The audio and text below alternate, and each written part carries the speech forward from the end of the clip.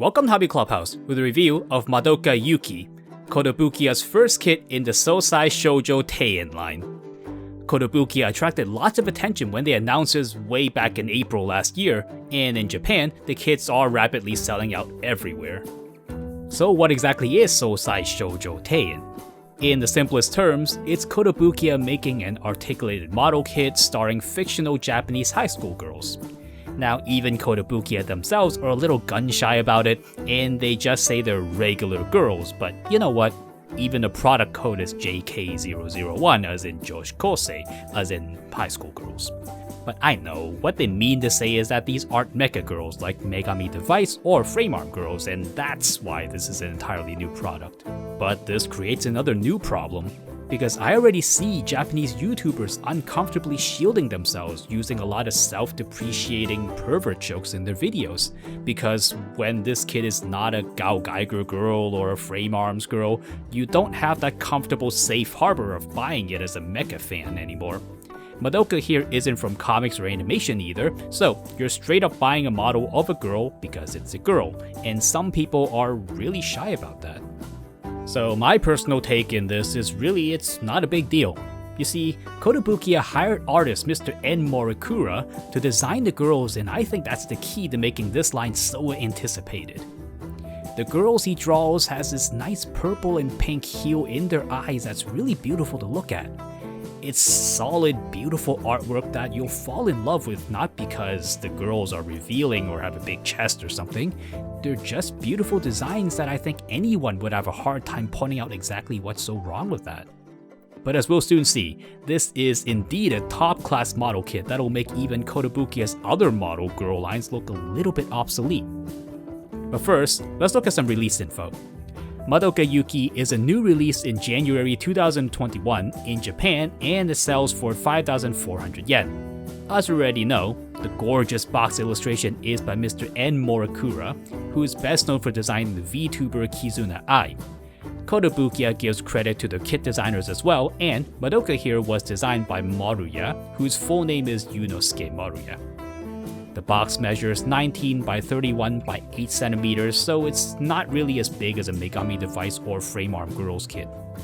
The front of the box is confident and simple, having only the branding up in the top corner, and then Madoka's name signed in her own handwriting here, and then a small Kotobukiya logo in the other corner. Every other inch of space is for the illustration, so they know exactly what's going to draw you into this kit. The products are shipped to store with a wrap around the box, as are many kits from the company, and this is a part of their care for the most demanding collectors out there. The side of the box shows us the finished kit against her illustration, and then the different faces and hairstyles that we get in the box. We also get different skirt parts for posing and some other accessories. The other side shows us the unpainted kit and some demonstrations of the included water slide decals on the inside. Inside the box, we get the kit spread across a good 21 runners, with 2 of them being this really sturdy polyoxymethylene joint parts that Kotobukiya really loves to use, and there aren't any polycaps in here. On top of that, we get some pre-painted parts with these faces right here, the collars of her shirt, and then these panty parts for 2 different lower torsos. And these panty parts are exactly why many YouTubers have gotten really shy when doing their reviews. And we also get a really large sheet of water slide decals in case you really want the eyes to look to the left or the right for any of the faces. And for each face, we get 2 sets of the same eyes.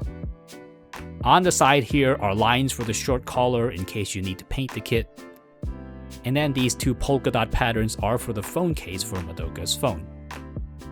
The instructions is a stapled booklet, and we get a detailed look at the many poses you can do through part swapping and getting the optional after-school cafe table set.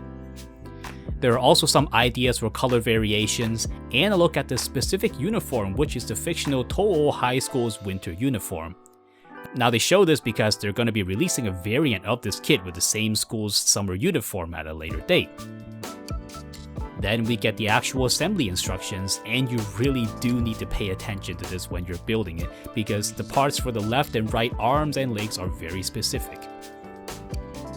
In the end, there's something interesting. this page is for you to draft your own color for Madoka, so you can scan this page and try out all the colors you want first in Photoshop, and that's actually a brilliant thing to include.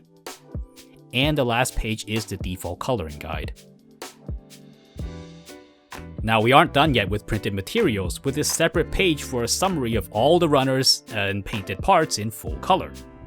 There is a link up top for the English instructions, but as of this video, the link is still a lie and the instructions for the kit isn't up yet.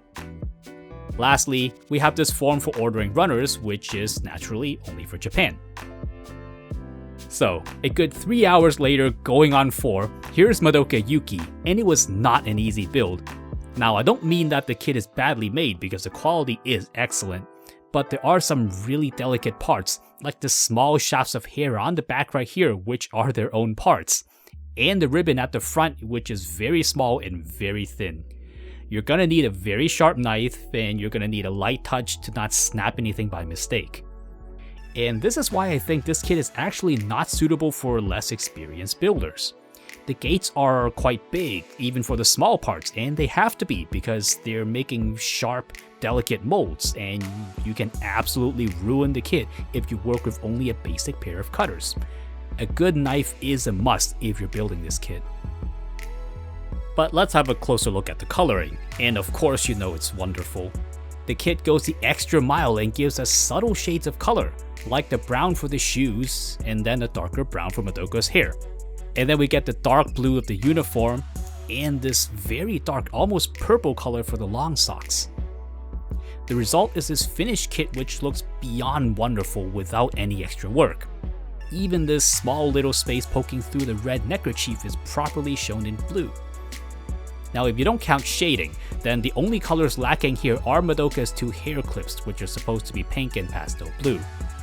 Though of course the bag and the phones need a bit of painting, but I don't think anyone's going to be too shocked by that. The kit comes with different textures as well, with the socks here and the clothes molded with a matte surface, and then the skin textures suggesting some sort of subsurface scattering of light.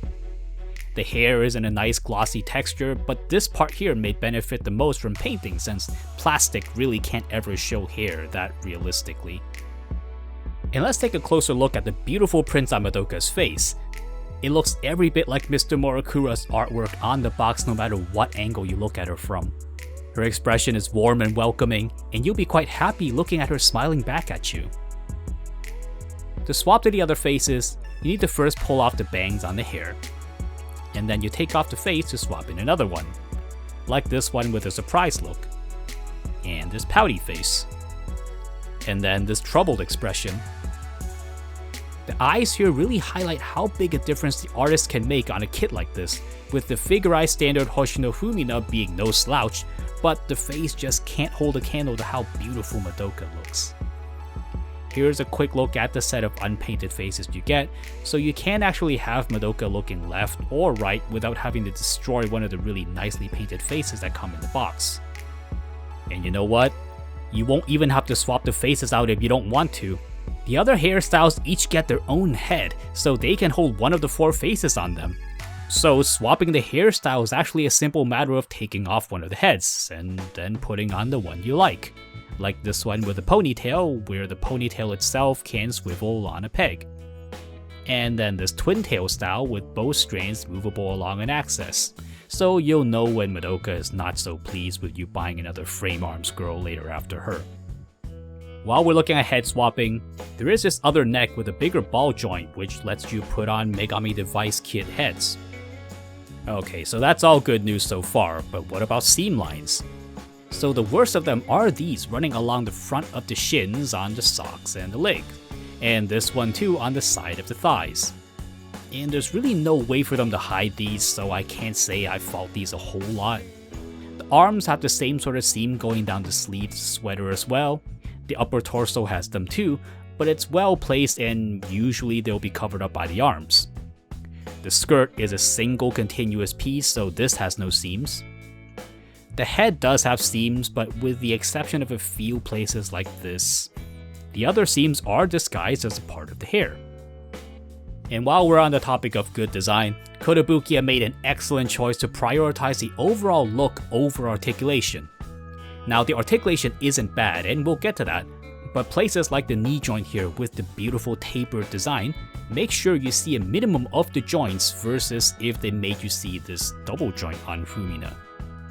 The same goes for the elbows that are single joint, but the extended arm fits together much more snugly versus Fumina here where the joints really do stand out. It's a choice that sacrifices some articulation, but I agree with the choices they made here. Next, here are the extra hands you get with Madoka. So far we've been looking at these open palms, but other than these, you also get these V-sign hands, narrow gripping hands, a wider set of gripping hands with a rectangular hole, and then these closed hands, and lastly, gripping hands with a hole in the palm for these optional parts. So count them, that's 6 sets of hands in total, which beats out even some high-end figures. And here's something else. The hands come with the ends of the sweater sleeve, and each of these are specifically shaped to fit onto the hand. So they're not just one part that's mirrored and repeated 6 times. Each of them are bespoke and they're gonna fit the specific hand, and that's really some crazy quality right there.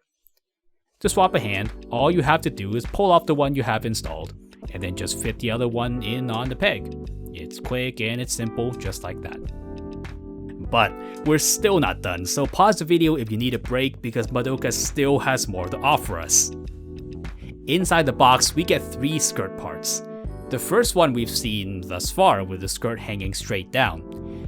There is a mild curve towards the back, so the overall body line is very natural and very beautiful.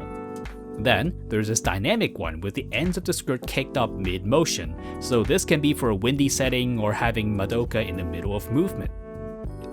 Then, we have an entire other lower torso for sitting with the skirt folded upwards. You do have to move the lower parts of the legs to this one right here when you use it, but it's easy enough that you won't mind doing it. The result is a sitting pose that's far nicer than if it depended fully on the articulated hip. Now the thighs here are fixed, so you can't have her straddling something like a hang-on bike right here, so there are limits to what you can do with this. And now we're down to the accessories, which are the 2 phones here, a school bag, and then this extra hair tie. The extra hair tie is the simplest of them all and really is an exact duplicate of the one that's already used in the ponytail. Now maybe it's reused from another kid or something, but the instructions just pass this off as a spare one for you, even though you don't need it. Now the phones aren't a duplicate of one another, and this one has a screen that's more sunken in to look more like a phone that has a case. And this other flatter one is easier to hold according to the manual, so it's really nice of them to have thought of it, though I kinda wonder if all of that is really necessary. The bag is 2 parts sandwiched together with the handles being one single piece, and you can see the seam line here where it connects to the bag. The sculpting is beautiful and it looks like it's made of fabric, and the bag is just a single grayish blue, but really that's to be expected.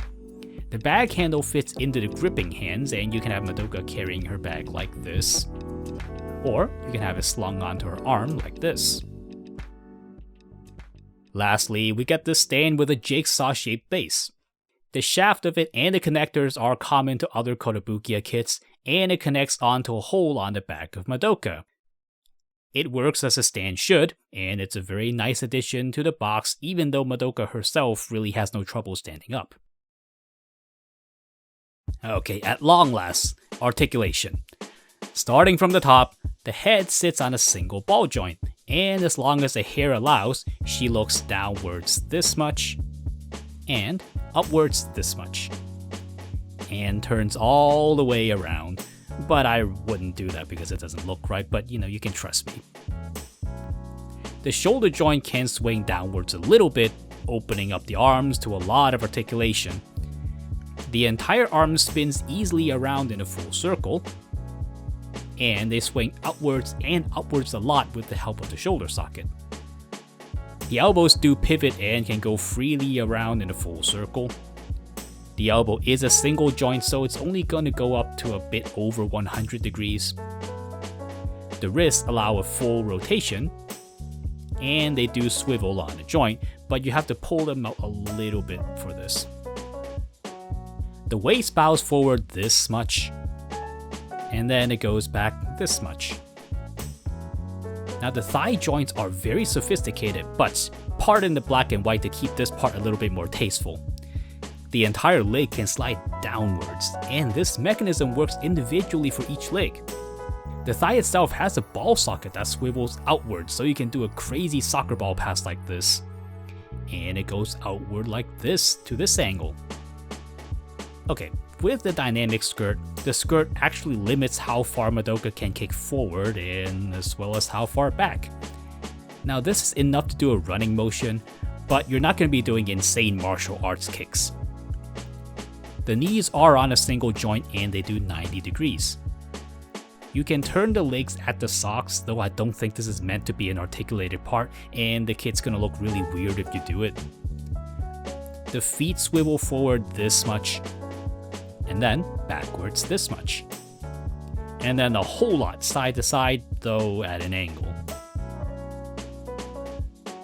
So I've already spoiled it earlier, but the articulation isn't really spectacular if you compare it with something like this top of the line Figma Body-chan here. But it's all understandable with them choosing appearances over motion. Madoka will do almost all the poses you want, and although I did feel limited when posing her for this review, what we get in return is a kit that looks natural and beautiful almost all the time. So while Body-chan is here, you'll immediately notice that Madoka at 1 to 10 scale is actually quite a bit larger than Body-chan at 1 to 12. And you really just can't pass it off as Madoka being taller, since she's also wider and overall just larger, so unfortunately she's not going to work that well with anything in the 1 to 12 scale. At best, you won't notice it too much like for handheld devices which have a non-specific size, but if you put her with something like this Astro City arcade cabinet, the diorama is going to look off and it's not going to be convincing, so you'll probably have to go with your own options, that's unfortunately. With all that said, here's a Hobby Clubhouse 3-point verdict on the Kotobukiya 1 to 10 Sousai Shojo Teien Madoka Yuki. Number 1. It's perfect out of the box. Let's get this out of the way first. I don't think there are many harsh things you could ever say about how this kit looks. It's colorful, the sculpt is beautiful, and Mr. Morikura's design never makes you feel like a creep for admiring how beautiful Madoka is. I mean, it's not a cheap kit, but you can see where all your money goes into, and you're really buying something quite extraordinary. But number 2, it requires some building experience. I mean, at the same time, this absolutely isn't a kit for beginners simply because you can break the kit in so many ways during assembly. And the kit really expects you to know your way around with a hobby knife if you want the kit to look as good as it's designed to be. The hair pieces will snap, the left and right parts will get swapped or installed backwards if you don't follow the instructions to the dot. So make sure you have the right tools to do this excellent kit justice. And number 3, it doesn't work with 1 to 12 scale things. Now before I got this kit, I thought a 20% size difference may not matter that much, because since people come in all heights and sizes, right? But in reality, it really doesn't work that way at all. But the 1 to 12 scale is very predominant, with the entire little armory line for that, as well as countless other items or figures you can buy in that size, so it's a shame that you just can't use any of it with Madoka and the later kits down the line. I mean, I get why this has to be 110. This kit is already challenging enough to put together as it is in this larger size, and if we make it 20% smaller, that's going to be even more snap pieces and defeated owners, and perhaps they also want to retain better compatibility with the Framearm Girls and Megami Device kits, which are pretty big. But either way, it is 110 and it's not 112 scale. So that's a review of Madoka Yuki, and it was a long one because this is a new line from Kotobukiya and there are so many good things to say about the kit. If you're at all curious about this kit and have a trained pair of hands and the tools to build it, absolutely go get one. Don't worry so much about being gun shy like many other people, because this is a kit with a lot of love put into it and you'll be very happy with it. Thank you so much for watching. Come look us up on social media with updates on upcoming videos and future projects. Links are in the description below. Or hang out here some more with one of these other videos. But before you go, don't forget to like, subscribe, and hit the bell icon to be notified of new videos from Hobby Clubhouse, and I'll see you next time.